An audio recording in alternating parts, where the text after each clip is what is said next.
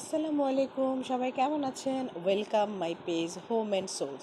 আজকে আমি আপনাদেরকে দেখাবো ক্যারামেল এগ পুডিং। ঘন করে দুধ জাল দেওয়া ছাড়াও কত চমৎকারভাবে পুডিং বানানো যায় সেটা দেখতে হলে পুরো ভিডিওটি মনোযোগ দিয়ে দেখতে হবে।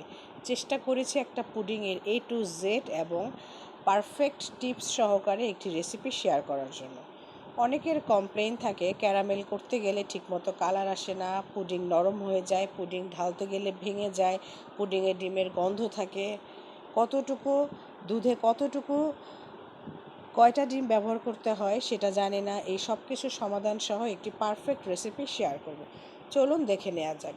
প্রথমে আমি 3টা ডিম ভেঙে নিয়েছি, এর সাথে হাফ কাপ পরিমাণ চিনি মিশিয়ে নিচ্ছি এবং ডিমগুলো কিন্তু অবশ্যই নর্মাল তাপমাত্রায় হতে হবে।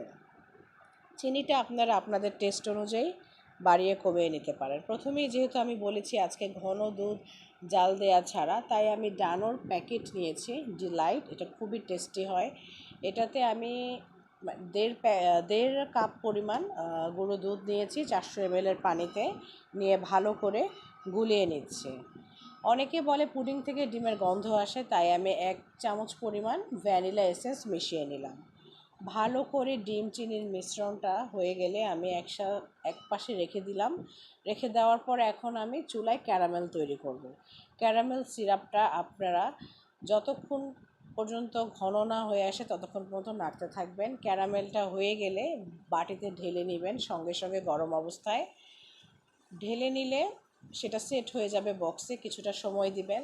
আমার বাচ্চারা ক্যারামেল পছন্দ করে না, তাই আমি হালকা করে একটি ক্যারামেল বানিয়ে নিলাম। আরেকটি ঘন করে বানিয়ে নিয়েছি কালার করে, সেটা আমার জন্য, সেটা ভিডিও শেষে দেখতে পারবেন। ডিম চিনির মিশ্রণটা আবার একটু নেড়ে চেড়ে এখানে সেই গুলিয়ে রাখা দুধগুলো আমি দিয়ে দিচ্ছি। দুধ দেওয়ার পরে আবার ভালো করে একটু নেড়ে চেড়ে নিব।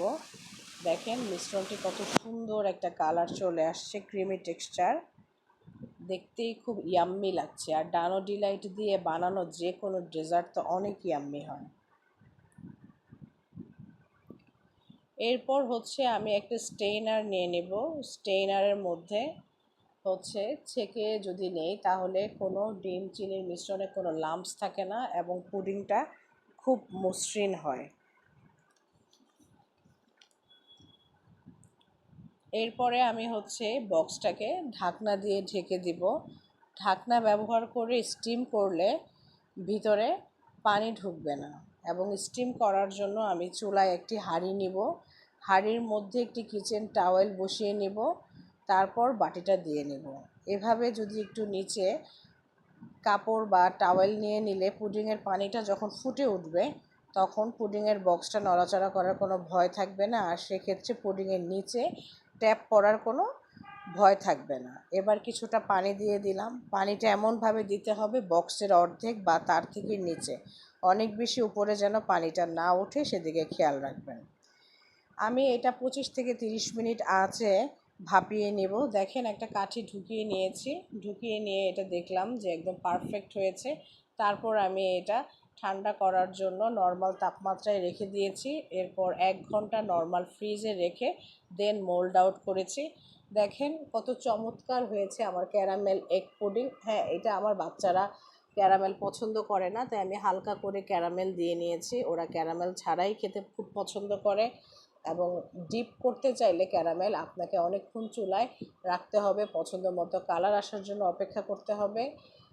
ক্যারামেলটা ছাড়া দেখেন আমার এই পুডিংটা একদম পারফেক্ট হয়েছে, ভিতরে কোনো জালি জালি ছিদ্র নেই এবং যেটা আমি ক্যারামেল দিয়ে করেছি আমার নিজের জন্য সেটা এই যে দেখুন ছবিতে একদম চমৎকার একটা ডিপ কালার চলে আসছে। Thank you.